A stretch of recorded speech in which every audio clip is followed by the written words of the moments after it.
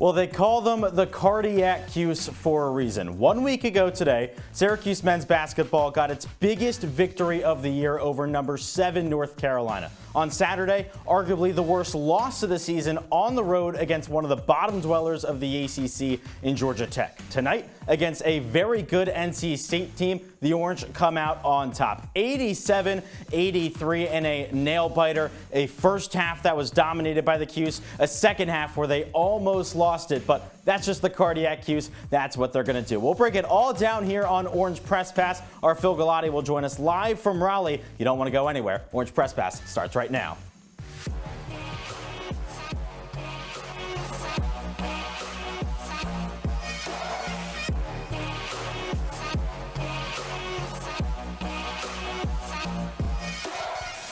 Hello, everyone, and welcome into our CitrusTV studios for today's episode of Orange Press Pass. I'm Adam Gotkin. That's Skyler, Wilkes. That's Luke Burgess. Now, guys, what a game this was today. Just the epitome of this Syracuse season. Skyler, I want to start with you. Your first thoughts on the game.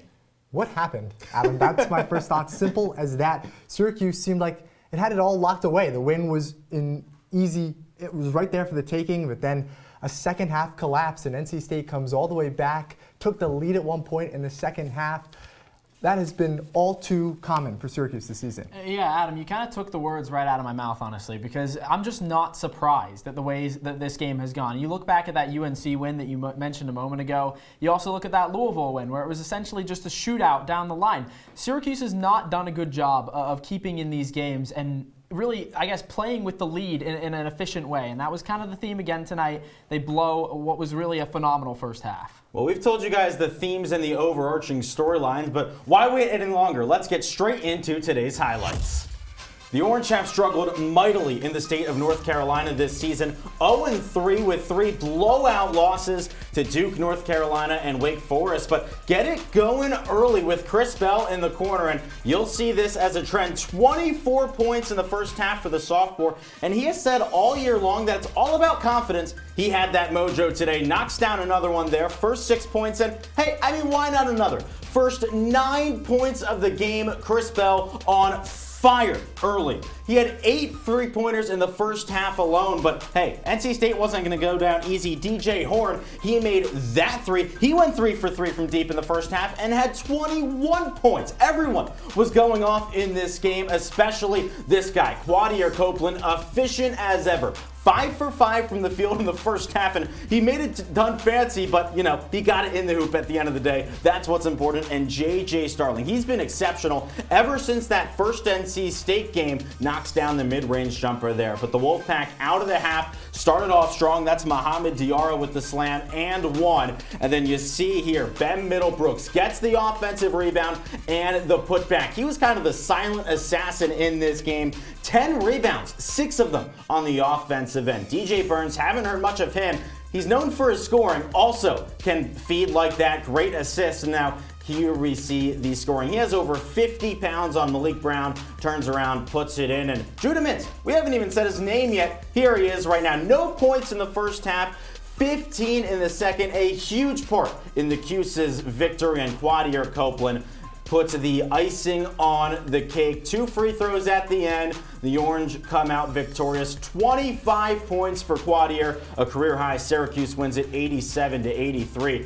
I mean, if you told me coming into this game that Quadier Copeland and Chris Bell would be the 2 Syracuse players on that list, no Judah, no JJ, I'd tell you you're crazy. And you'd be right, Adam. It is absolutely astonishing, especially look at the efficiency. Chris Bell, 8 for 10. That matches a career high from the three-point line. That's 80%. And then Quadier Copeland, 10 for 12 from the field. They weren't just scoring in volume, they were scoring efficiently, which is really big time for Syracuse. Yeah, if you tuned into our OPP at the half, you would have noticed that I mentioned Judah Mintz needed to get going in that second half. He did get going, but a lot of those points coming from the foul line. Not the most efficient way to score when you're playing with the lead. And we look at the DJs there. DJ Horn especially, 32 points in the defeat. You can't forget about that. He had one heck of a performance today. He has now scored more than 20 points in every game since that Syracuse game when these teams met earlier in the season. But now our Phil Galati joins us live from Raleigh, North Carolina. Phil, I hope you're enjoying the South. Now, we've talked a lot about Chris Bell already. He had a great first half, was silent in the second, did pretty much nothing, had no points in the final 20 minutes. What happened in the second part of the game for Chris Bell? Well, Adam, it's not completely his fault because honestly, NC State wised up. They were putting 2 men on him for most of the second half, but even though he didn't have the ball in his hands, he got it a couple times, he dropped it 2 or 3 times. Even though he didn't have the ball in his hands, he was still causing problems for the Wolfpack. He was making cuts off the ball, opening up space for his teammates. Coach Autry spoke about that after the game, how Chris Bell, even though he didn't have that same shooting success in the second half, was creating shooting success for his teammates. Phil, this game was absolutely wild. Syracuse led all the way in the first half, and then NC State really made it difficult down the stretch, and Syracuse didn't make a shot for the final 3 minutes of the game, and all the momentum was with the Wolfpack, but how did the Orange hold it down the stretch? Well, Skyler, you hit on it. It came down to shot selection. Until those last 3 minutes, the Orange were taking better shots. But toward the end, it was getting a little bit nervy. What they were able to do, however, was force NC State to take a couple bad shots. That came down to Quadir Copeland and Judah Mintz playing some lockdown defense, especially against the 2 DJs, which was always going to be tough to do. Phil, you saw a thriller down there in Raleigh, safe to say for sure. And I think when we look at this performance in a few weeks, we're going to talk about Chris Bell's first half. But I think we really should be talking about Quadir Copeland. He was great off the bench tonight. I want to know, what effect did his presence and his defense have in the second half? Well, you mentioned his defense. I got to give a quick shout out for a 25-point performance. That's a career high for him. Nothing to scoff at. But for defense, again, I talked a little bit about the 2 DJs, DJ Burns and DJ Horn. Quadir Copeland was tasked with guarding DJ Horn at the end. Syracuse knew that one of the 2 DJs was going to get the ball, and Quadir Copeland stepped up in that huddle and said, I want to play defense. We know how good his defense is down the stretch, especially against UNC, that upset against the number 7 team in the country. This time around, he did the same thing. He said that he didn't want to give DJ Horn a step back 3. So what did he do? He got right in his face, tried to force the fast break, and in the end, got the stop that sealed the win. Phil, thank you very much. Please, for me, while you're down in North Carolina, get Cookout, Bojangles, some Hush Puppies. Really enjoy the South. They have the best food in this entire country. Well, that's all that we have with Phil, but we have got a lot more coming up on this edition of Orange Press Pass when we come deeper into SU's victory today.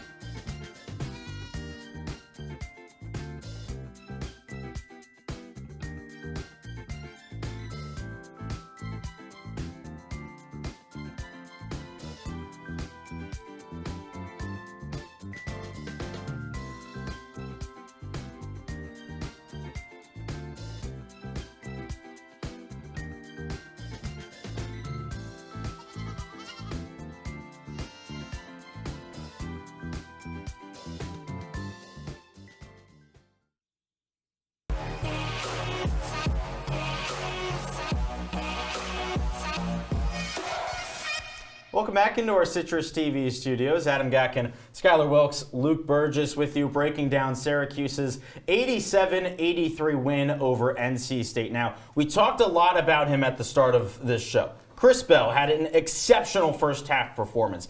8 3-pointers. By the way, the Syracuse program record in a game is 9. He was 1 away. I mean, Skyler, he had a great first half, didn't he? But the second, he kind of fell off.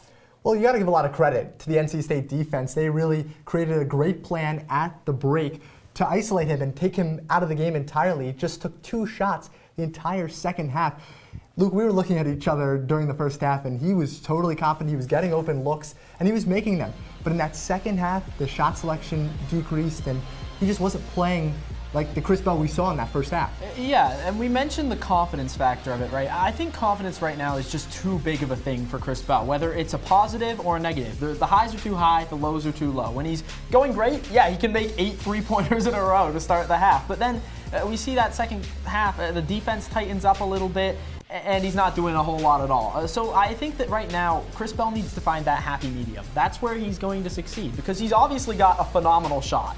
Everything will tell you that about tonight, but he needs to find that balance, because he can't be as streaky as he is right now. It's not a recipe for success long term. He has some games where he just goes off like this. Yeah. He had a 30-point performance earlier in the season. This wasn't a season high in points. This is just who Chris Bell is, I think. He is your classic, almost six-man type player. Even though he's a starter here, he's the guy who's just going to shoot in streaks. His inconsistency is almost consistent.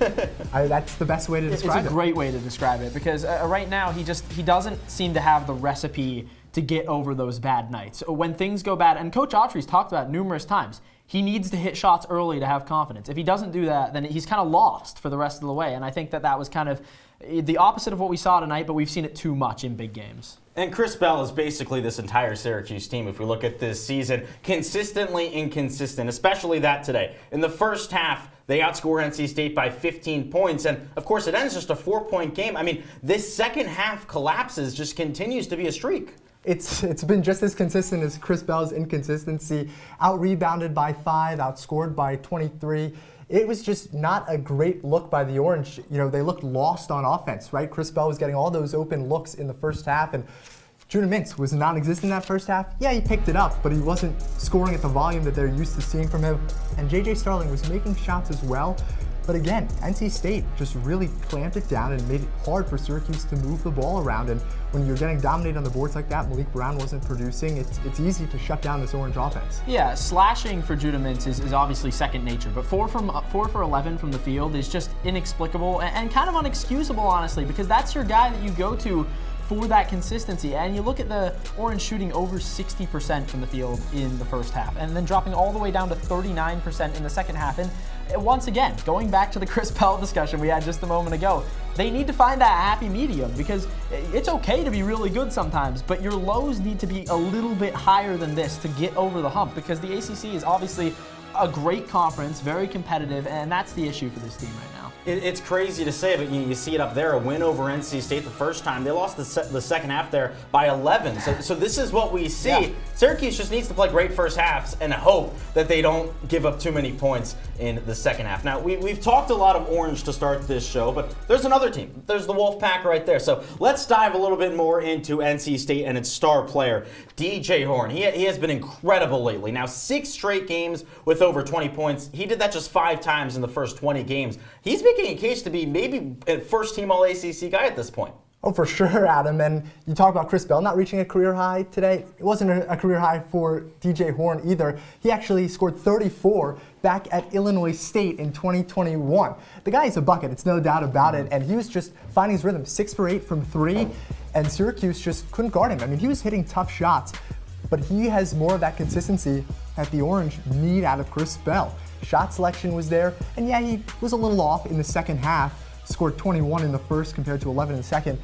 But he was just the rhythm that kept this team together, the glue that kept the Wolfpack together. And without them, I mean, could you imagine what this ball game would look like without DJ Horne? Yeah, obviously 32 points, such a large margin of their scoring. And I think right now, I don't think that this game and his performance can really be put on the SU defense as much as it can be on his phenomenal shooting throughout the game. Because it's like we talk about Chris Bell having a great first half, DJ Horne just had a great game.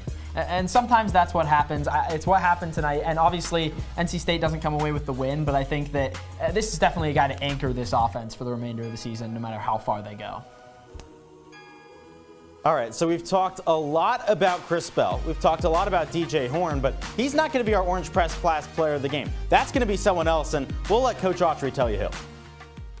He was big time. You know, he was in his own words, he was Philly tough today, you know. But no, he was key. He was key. I just thought he... Well, if you can't tell by Autry's joking manner, that Philly tough guy is Quadier Copeland. What a day he had today. 25 points, a career high, and efficient as it gets. 10 for 12 from the field. That's been his issue sometimes, kind of forces things. That was not the case today, and consistent throughout the entire game. As the Qs fell off in the second half, Quadir Copeland didn't. He had more than 10 points in both the first and second 20 minutes, and because of that, he is our Orange Press Pass player of the game. Well, we'll roll on here on OPP. When we come back, we're publishing a book report. Yeah, you heard that right. Time to take some English class. You don't want to go anywhere.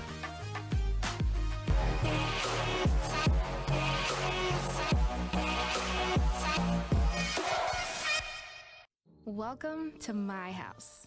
Lately, not my happy place. Everybody's pretty tired of each other. The parents were not themselves. My little brothers were morphing into small creatures. The walls were closing in.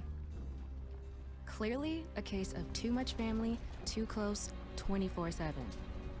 And there's a lot of that going around right now. If this sounds like your house, try going someplace new. YourLifeYourVoice.org. You'll find lots of ideas to help you handle the family stresses of being confined to close quarters. YourLifeYourVoice.org. It might not get you out of the house, but it could help you find a little more breathing room.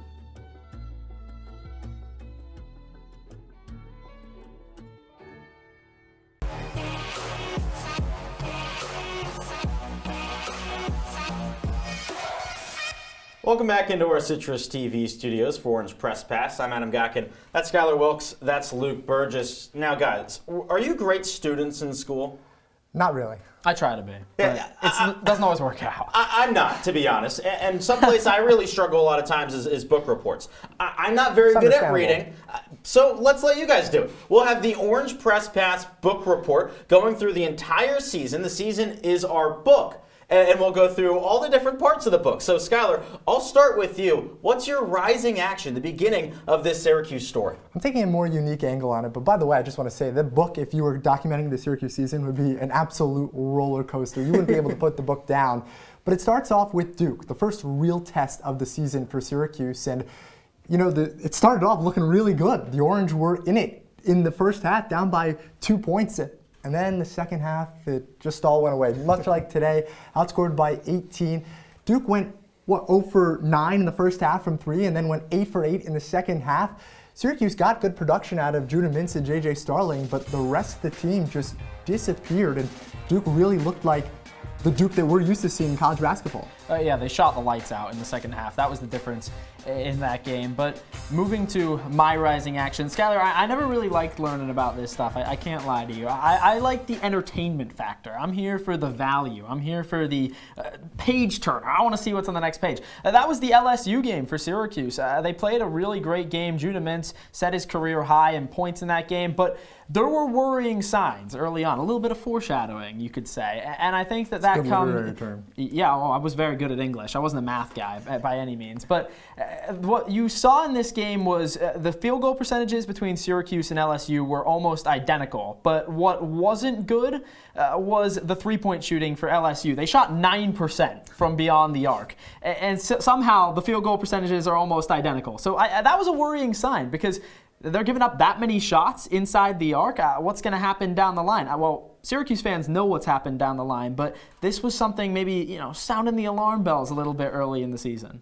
Now, I know I'm not supposed to be playing here, but I'm going to go even back further what I thought. All the way back to that New Hampshire game to start the season. The opener, there were times where I thought, oh my gosh, what is going on here? It felt like a Colgate game from the past couple of years. That was it for me. Well, let's move on. The most impactful thing, the climax of this Syracuse season. Luke, what do you think? What was it? It has to be the Miami game, Adam, and not just because of the way that it ended, but I think the excitement maybe overpowered the continued warning signs that we talked about from earlier. There were still a lot of things to look at in this game and maybe be concerned about because Syracuse let Miami back into this game numerous times. And yes, it finished in a great way. You got students on the court, not as many as the UNC game, but you got an exciting feel. And I think that people really thought, oh, wow, this team could do something with some star power like this. But the case is that Miami should have been out of this game at many times. Syracuse had opportunities to go on runs. They missed big shots. And it forced Quadir Copeland to have to make a play at the end of the game like he did. So, we're getting more exciting. We're getting to that climax of the story, but we're still seeing those warning signs in the background. Another big game from Quader Copeland there with Miami, but I'm going to another team from the Sunshine State. And Florida State, a quad 3 team that came into the Dome. Syracuse hadn't lost to a quad 3 opponent all season long, and then what happens? They're close in the first half. Syracuse actually outscores the Seminoles, and then second half, you're catching a pattern here, guys. It all goes downhill. Florida State outshoots them, they outscore them, they out-rebound them, and what do you know? Syracuse suffers its first quad 3 loss of the season, and that's kind of one of those losses like the Georgia Tech one where we're like, this team really can't hang with the big dogs. They 1 for 14 from deep with 16 turnovers. That's about as ugly as it gets. Yeah, it wasn't a good game, but for me, what was even worse was, in my opinion, what was the worst loss of the entire season. A 29-point blowout on the road against Wake Forest. And you may say, Skyler, that's a decent shooting Wake Forest team. That's a game on the road in the ACC that isn't easy to win. And that was a student section that was really lively and made it tough for the Orange. But the reality of the situation is, a middle-of-the-table ACC team, you cannot give up 99 points against Wake Forest. You give up 103 against UNC. That's bad. But we say, oh, it's excusable. They're the number 4 team in the country. Wake Forest is not a ranked team. They're a team that's fringe to make the tournament. Maybe if they make some noise in the ACC, we see them as more of a lock. But, I mean, look at that number right there. 63% from 3 and 66% from the field. All those warning signs we saw earlier, they came crashing down and things got bad quick. Luke, both your games there are within like a week of each other. Do you really think it all happened that quickly? I mean, you had the Miami game right there, and then right after that, it's the Wake Forest game. I was paying attention in class. A lot of times that rising action was like it was like a roller coaster. Steep, it's clicking along, and then all of a sudden straight down. And that's exactly what this season was. Full of twists and turns, but the warning signs were there, and we saw them culminate in the worst possible way. That reminds me of a roller coaster at my Six Flags at home, the Fahrenheit. Straight down, 90 degrees. Well, Skyler, what about you? Is it 90 degrees or is it a bit more? I took a more regular story pack there, and I'm going with Clemson, that highly anticipated game, the great return of Joe Girard to the Salt City. And Syracuse actually started down. It was ugly in the first half, but then in the second half, things turned around. Syracuse made it very competitive, actually took the lead and tied the game up. But again, JG3 had the last laugh, but it just brings it all together. It's almost a reverse of sorts, right? The first 2 games where they're in the game early on, and then second half, they're completely out of it, and it's a blowout. Meanwhile, you look at the Clemson game where they were out of it early on and turned it around, but still, 3 straight losses in my book, because that's what it's been like for Syracuse. Games that were within reach, and they just couldn't hold on at the end. A real storybook season this year for Syracuse. We were talking about it. It makes our life easy because we have the story to tell. That they make it pretty easy for us. It was that same thing all throughout the season. You felt it boiling, and then it all came crashing down. I mean, it's crazy to say. We think back to that UNC game. You beat the number 7 team in the country, but it really didn't mean anything. I mean, for that game to not be mentioned, I think says a lot about this season because that's a top 10 win, the first one in a long time, and yet it still was not on our list here. It's pretty crazy to think about just because. Right, it was followed up so quickly by that loss to a very bad Georgia Tech team at the bottom of the barrel of the ACC. It makes you wonder, how can a team be this Chris Bell-like, this up and down-like? It's been a crazy year, Luke. Yeah, I think it's a testament as well to the fact that Syracuse fans are smart and saw the inconsistency coming, because I didn't think that we really saw as much hype after that UNC win as we should have seen. It should be I had people coming at me for saying the season was already over. It should be an exciting win, but instead I think people were still worried because they know, oh, well, they came back in the second half, things got too close for comfort, and then, you know what, a couple days later, another loss. Look, Syracuse fans were mad at me. I'll say that when I said that the season was over after the North Carolina game. I agree with you. I think it was the Wake Forest game that was really the end of it because you can't give up 99 points and lose a blowout like that to a team like Wake Forest. Well, when we come back on Orange Press Pass, it's time to close up shop. We'll preview the next game, also look at some scores from around the nation.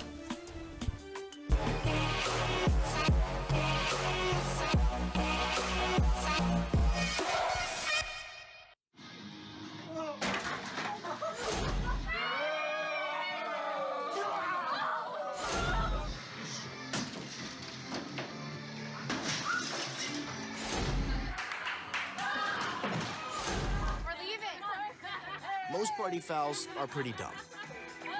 But if you decide to drink and drive underage, you could lose your license and your freedom. Underage drinking and driving. The ultimate party foul.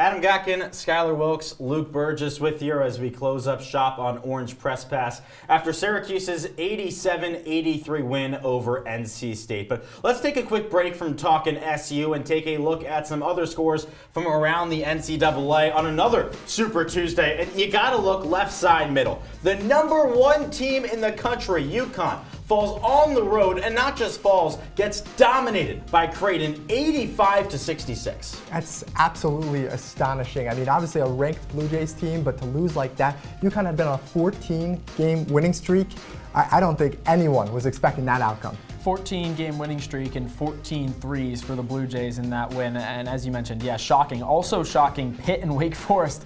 Demon Deacons taking down the Panthers 91-58. And that was a Pittsburgh team that was also on a winning streak. And I saw this morning actually counted as the second 4 out in the tournament talks right now. So that's a big blow for their season. A massive ACC loss on the road. Syracuse-like, you could say, actually. There's one massive trend I think that we have to look at here. The bottom team, the home team, won every single game on our screen. That's just what college basketball is nowadays. It doesn't matter who you are. When you go on the road, we've seen this with Purdue multiple times this year. They lost to Ohio State over the weekend. They lost other games. That's just what college basketball is nowadays. Yeah, and it makes it even more special when we get around the tournament season because those games are on neutral site courts. You never know what's going to happen. I think that just continues this trend. I mean, look at the Mountain West. Utah State. Now, that is an awesome atmosphere. I think it's the Marriott Center. And to beat a San Diego State team, the Mountain West is probably going to have more bids in the ACC. I love that conference this year. That's a shout out. I wanted to give Utah State a big shout out there. Things get crazy in Logan, and that's a really talented Aggie team. Danny Sprinkle has done a phenomenal job, so no surprise to see them take down a ranked San Diego State team. Well, Syracuse's season not done yet. On Saturday, the Orange take on the Fighting Irish of Notre Dame, one of the worst teams in the conference, but I mean, we just saw Syracuse lose to Georgia Tech on Saturday, so I think this could be an interesting one. Oh, it certainly could be. You'd expect, looking at the numbers, right, where Notre Dame is at the bottom of the conference in almost every category, worst scoring offense, worst three-point and field goal percentage. You'd expect Syracuse to take care of business. But like you said, Adam, after that loss to Georgia Tech, really anything could happen. The number that I'll point to is the rebounding. Notre Dame's a solid rebounding team in the ACC. They rank above the middle of the conference. So Syracuse is a team that we know struggles with size. It's been an issue. They've been out-rebounded now 8 straight games. I could see this being a 9th, and I could see the Irish maybe sneaking a win in. And there's 2 big storylines to look out for in this game. Number 1, it's J.J. Starling making his, not a return, but a revenge game for J.J. Starling. And then also Jim Boeheim Day, the legendary coach, getting honored. Not exactly sure what the festivities are going to be. He already has the court named after him. He's already got everything in Syracuse, but also Jim Boeheim Day. Well, that's all for the next OPP. But for this one, our final thoughts about this game, about Syracuse's 4-point win. Skyler, I'll start with you. I don't think you can be satisfied at this at all. This is a win that should have been a lot farther apart than it turned out to be. A 4-point win when you were up by 15 points is pretty embarrassing, and you let NC State hang around, you let them come all the way back. You got to do a better job of closing out games and really playing a complete 40 minutes. That's something Syracuse, we've talked about it a whole lot today, has not done almost at all this season. Yeah, for me, it's another thing that we've talked about a lot today. It's the same old, same old. We've seen Syracuse struggle to play competitive games in the second half, and they've been in competitive games in the first half, so it's allowed them to be in these games, but the thing is that it's just not consistent enough, and Skyler talked about it, but it's not a recipe for success, and it's the reason that this team is going to fall short in the long run this year. So I've got one last quick hitter for both of you. We've seen this inconsistent play, but at sometimes great play. Yeah. Is there any possibility for a run in the ACC tournament?